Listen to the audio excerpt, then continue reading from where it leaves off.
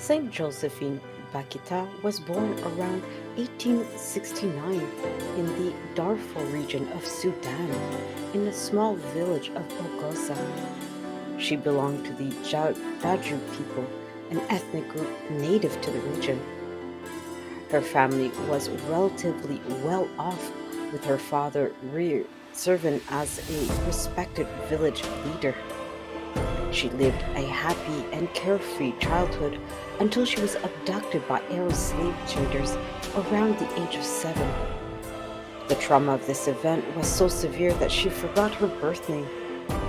Captors mockingly called her Bakhita, meaning fortunate in Arabic, a cruel irony given the hardship she would have endured. Over the next several years, from 1876 to 1883, Bakhita was sold multiple times to different owners. She experienced immense suffering, including brutal beatings, forced marches, and horrific treatment. One of her owners, a Turkish general's wife, subjected her to a particularly cruel ritual. She was forcibly tattooed using a razor and salt, leaving 100 permanent scars on her body. Despite these hardships, Bakita displayed remarkable resilience. Her spirit remained unbroken, and she survived by adapting to her circumstances. In 1883, she was sold to an Italian consul, Colisto Legnani, who treated her with more humility and humanely. When she was forced to leave Sudan due to the political turmoil, he took Bakita with him to Italy, where her life took a transformative turn. Upon arriving in Italy, Bakita was placed in the service of the Micheli family in Venice. She developed a deep bond with their daughter, Mimina Micheli, and became her caretaker. In 1888, when the Micheli family had traveled back to the Sudan for business, they left Bakita and Mimina in the custody of a Canonian sisters in Venice. It was here that Bakhita encountered Christianity for the first time. She was profoundly moved by the kindness of the nuns and their teachings about God. When the Michelis returned and demanded Bakhita back, she refused to leave. The case was taken to court, where it was ruled that since slavery was illegal in Italy and the Sudan had already abolished it, Bakhita had been a free woman since arriving in the country. This ruling officially granted her freedom in 1889. Newly emancipated Bakhita chose to remain in the Canosian sisters, with the Canosian sisters, and was baptized on January 9th, 1890, taking the Christian name of Josephine. She also received the sacraments of confirmation and Holy Communion on the same day, administered by Cardinal Giuseppe Sarto, the future Pope Pius X. In 1893, Bakhita entered the novitiate of the Canisian Daughters of Charity in Venice. 3 years later, on December 8, 1896, she took her final vows and officially became a Canosian sister. For the next 50 years, she devoted herself to a life of prayer, humility, and service. Bakhita was assigned to the Canosian convent in Silo, a small town in northern Italy. There she worked as a cook, sacristan, and doorkeeper, greeting visitors and with warmth and kindness. Her gentle nature and deep faith made a lasting impression to the people she encountered. Many referred her to her as the little brown mother, a term of affection and respect. Despite her painful past, Bakhita never harbored bitterness. Instead, she often expressed gratitude for her experiences, believing that they had ultimately led her to God. She famously stated, "If I were to meet the slave traders who kidnapped me, I would kneel and kiss their hands. For these things I didn't if for these things did not happen, I would not be a Christian today." During World War II, Bakhita's reputation as a woman of faith and resilience spread further. Many people sought her prayers and counsel, viewing her as a source of strength and during troubled times. As she aged, Bakhita suffered from painful illnesses, including arthritis, which left her unable to walk. Even in her suffering, however, she remained patient and joyful, often repeated as the Master desires. On February 8, 1947, at the age of approximately 78 years old, Josephine Bakhita passed away in Siho. Her last words reportedly were, "Our Lady, Our Lady." Her funeral was attended by a large crowd, a testament to the love and admiration she had inspired. Following her passing, devotion to Josephine Bakhita grew rapidly. She was beatified by Pope John II on May 17, 1992, and canonized on October 1st, 2000, making her the first saint from the Sudan.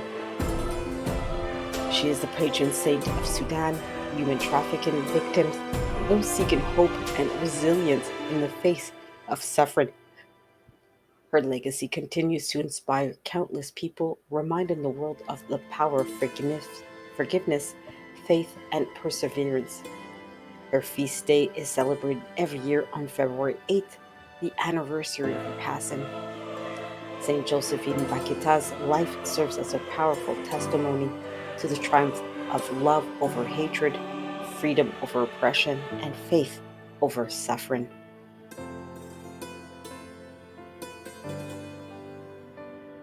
The iconography of Saint Josephine Bakhita is rich with symbolism, reflecting her life story, virtues, and spiritual journey.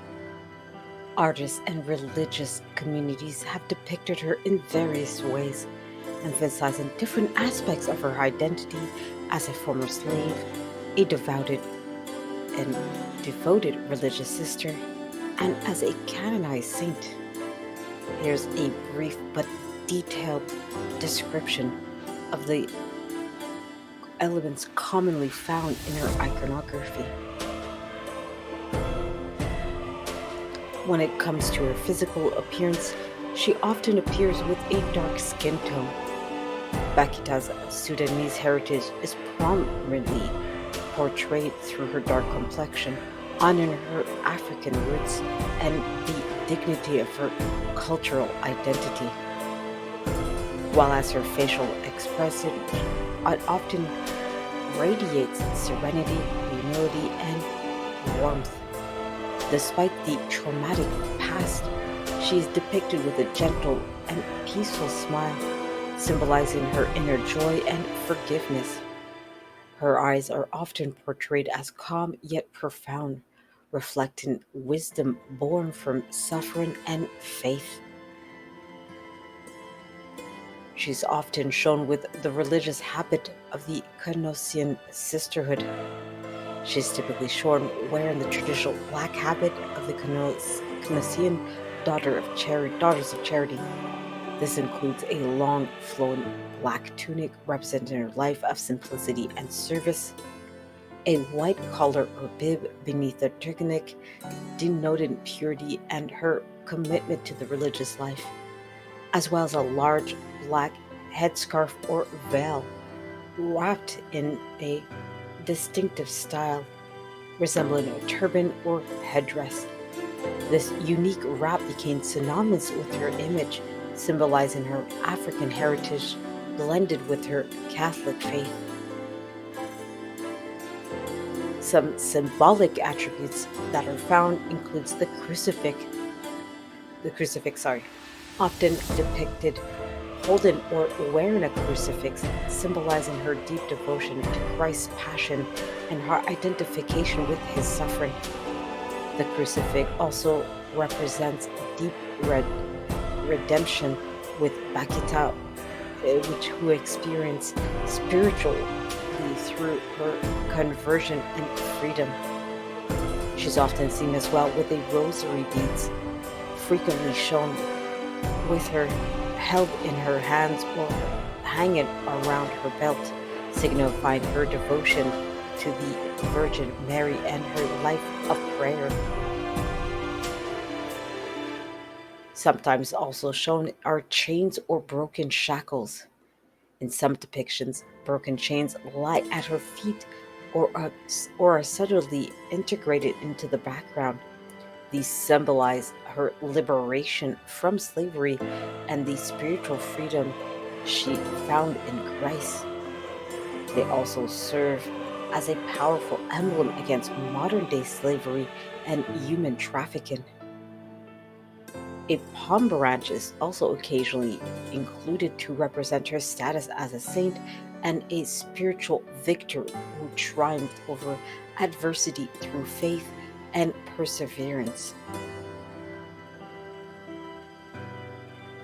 Some gestures and postures included in her iconography include prayerful hands. She's often shown with hands clasped in prayer, reflecting her contemplative nature and constant communion with God.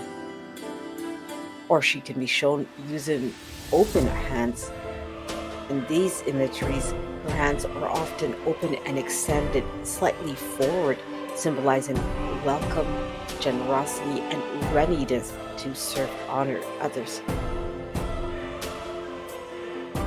She may be shown standing or in a seated posture. These depictions of her standing upright embody strength and resilience, while as the seated position tends to symbolize peace and indicating her humility and a meditative spirit, especially in her later years when her illness confined her to a wheelchair.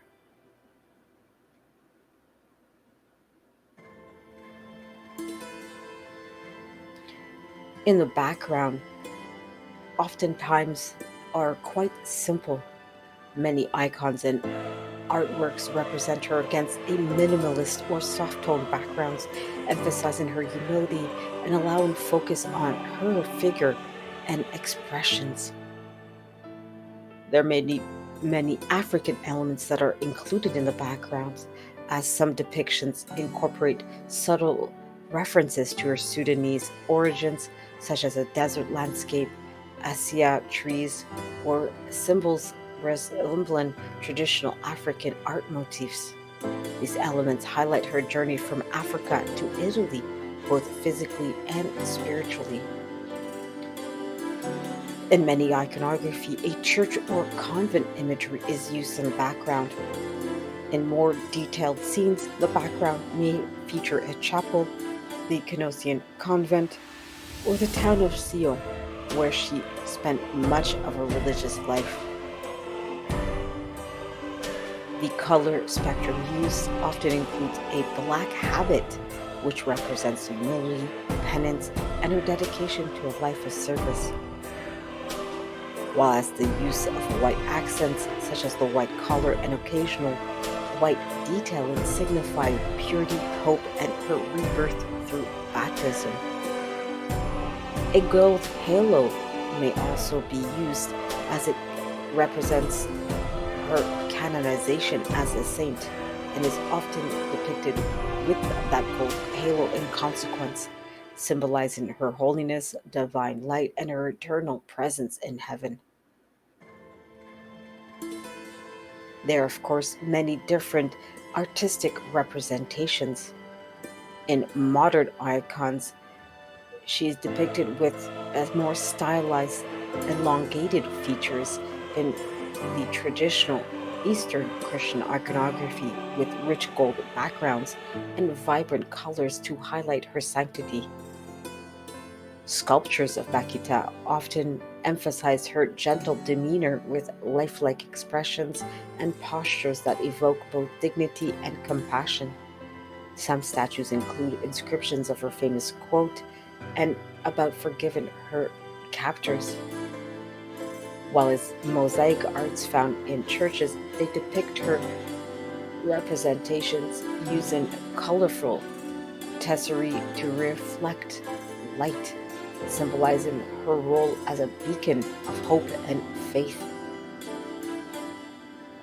Some lesser known symbols used are the baptismal font, occasionally included to signify her transformative baptism, making her passage from slavery to spiritual freedom. She also may be seen with olive branches, which represent peace, reconciliation, and her forgiven heart. She also may be seen with a book or scroll, which symbolize the story of her life and testimony, which continues to inspire people from around the world.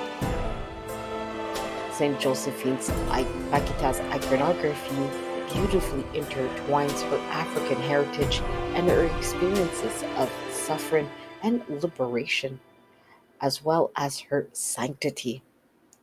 Every element, from her humble habit to the subtle inclusion of broken chains, tells the story of a woman who is transformed from who transformed her profound pain into boundless love, becoming a universal symbol of hope, resilience, and faith.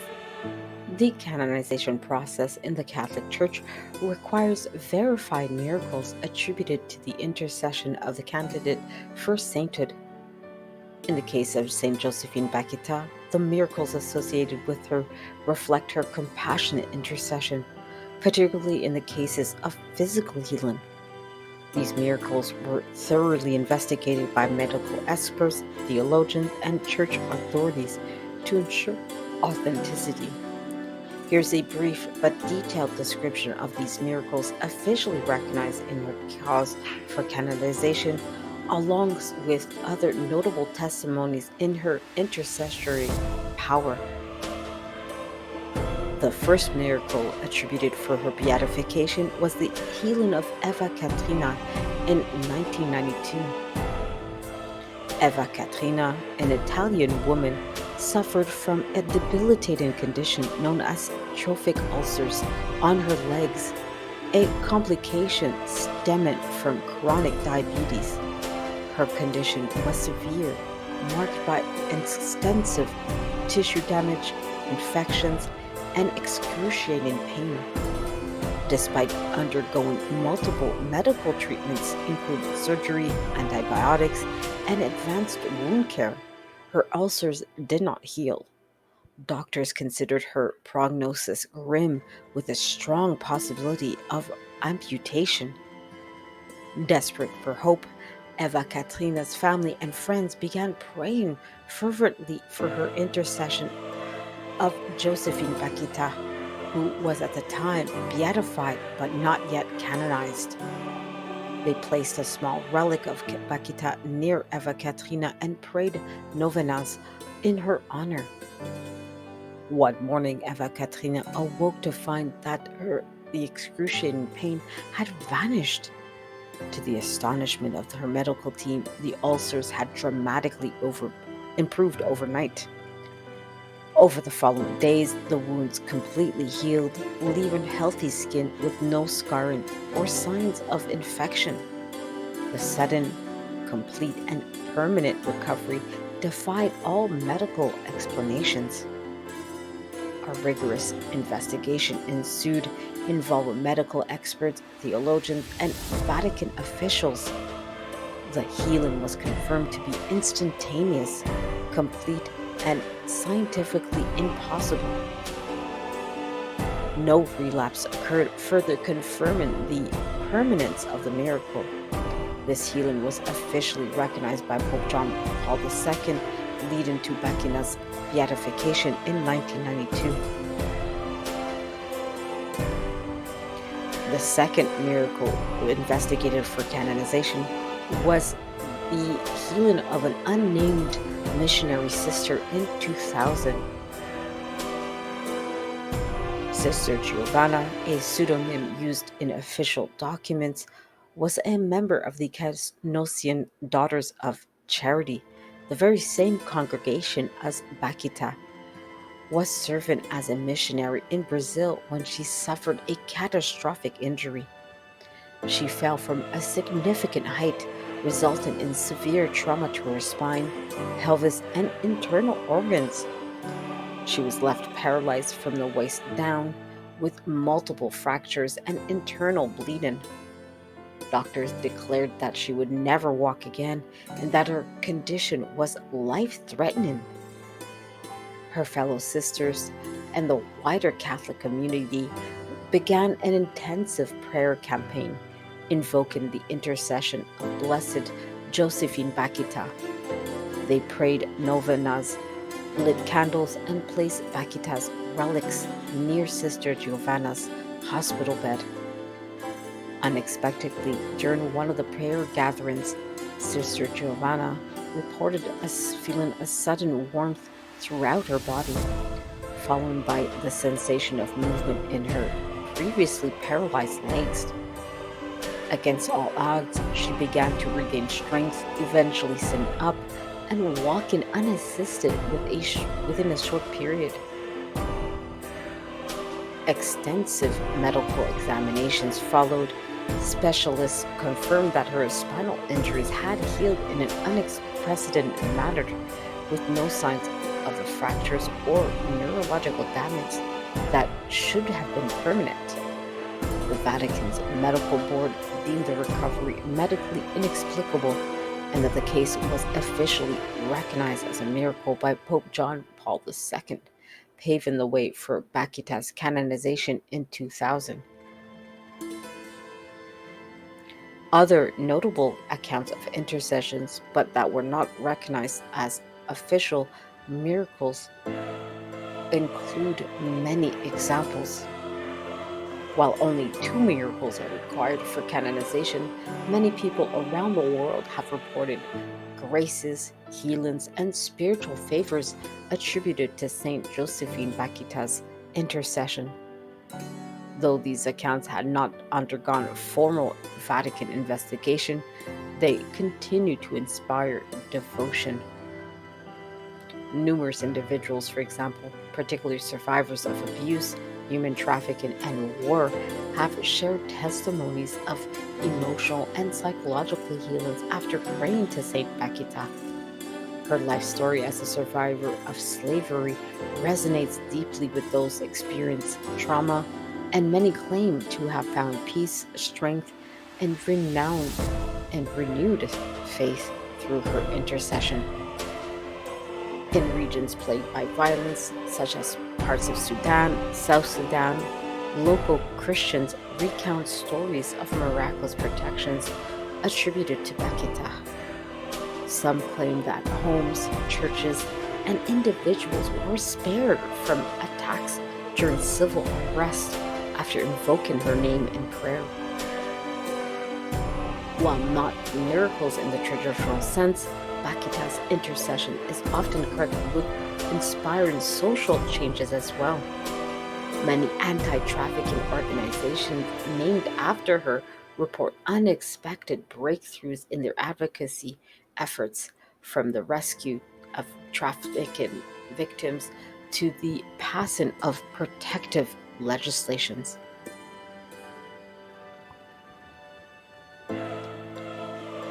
Many common themes are seen in the miracles of Bakhita.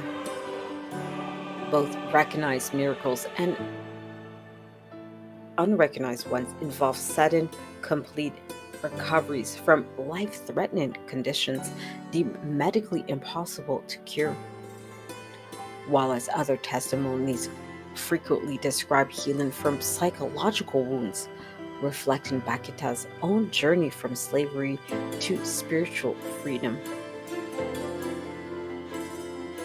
While born in Sudan and having lived in Italy, Bakhita's miracles and intercession transcend borders. Chechen lives in Africa, Europe, and South America. She has become, over the years, a symbol of hope for the oppressed. Many of the miracles and favors involve individuals facing extreme suffering, injustice, or despair, mirroring the hardships Bakhita herself endured and overcame through her faith. In summary, the miracles attributed to Saint Josephine Bakhita are not just extraordinary healings, they embody her enduring legacy as a symbol of hope, resilience, and divine grace. Her intercession continues to inspire countless people, especially those who suffer from physical or emotional or spiritual captivity. Through these miracles, her life story transcends time and place, offering a testament to the transformative power of faith, forgiveness, and the enduring love of God. The canonization of Saint Josephine Bakhita was a meticulous process that unfolded over several decades, involving thorough investigations into her life, virtues, and miracles. This process adhered strictly to the procedures established by the Catholic Church, which include multiple stages: servant of God, venerable, blessed or beatification, and finally saint or canonization. Here's a brief description of each stage, along with key milestones and events in Bakita's path to sainthood.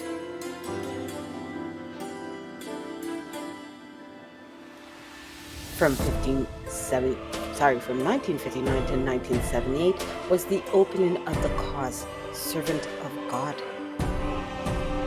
The cause for canonization of Josephine Bakhita was officially opened in 1959, 12 years after her passing.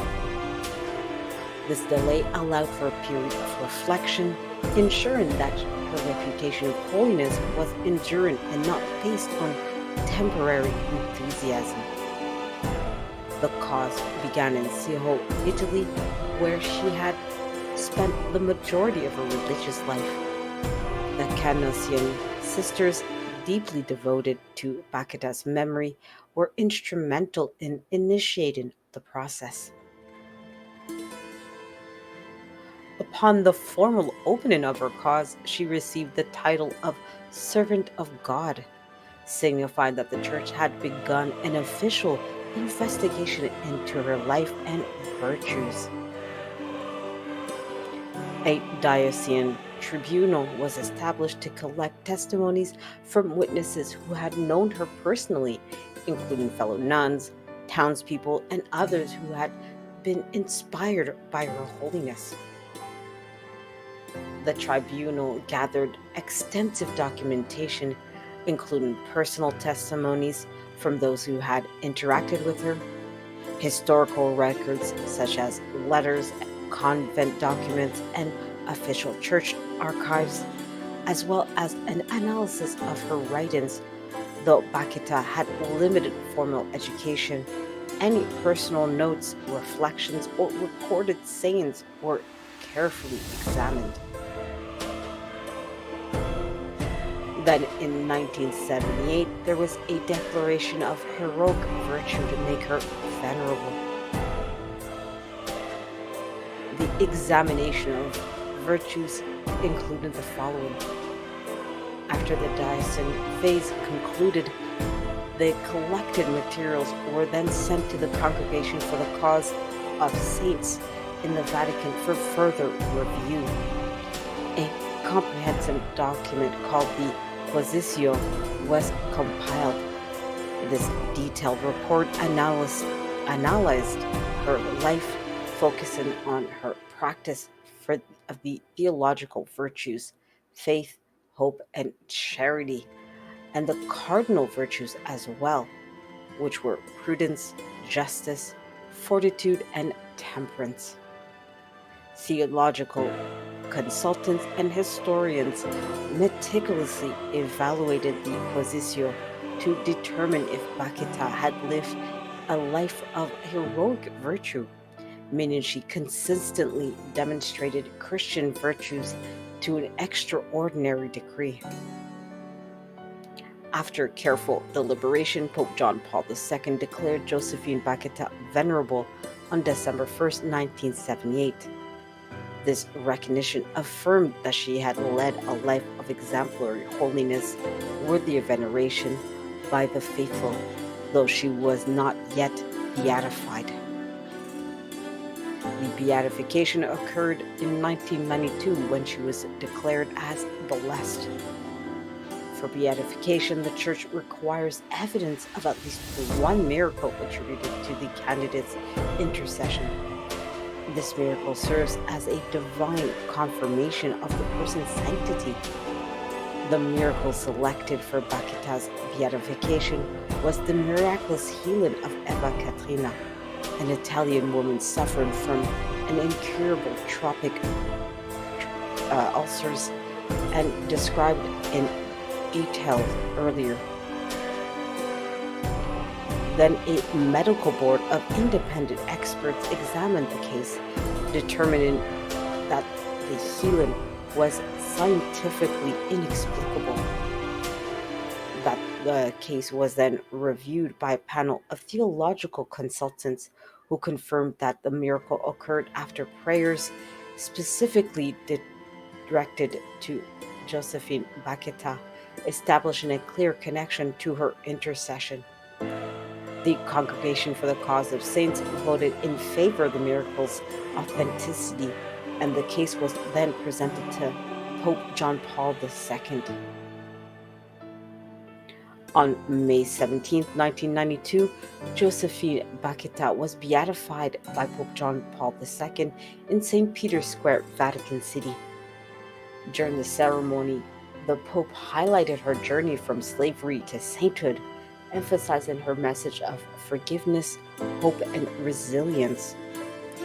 She was given the title of Blessed Josephine Bakhita, and her feast day was initially celebrated locally within Sudan, Italy, and the Canossian communities.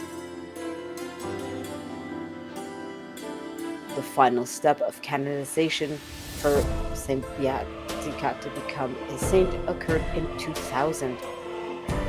For canonization, the Church requires a second verified miracle occurring after the candidate's beatification.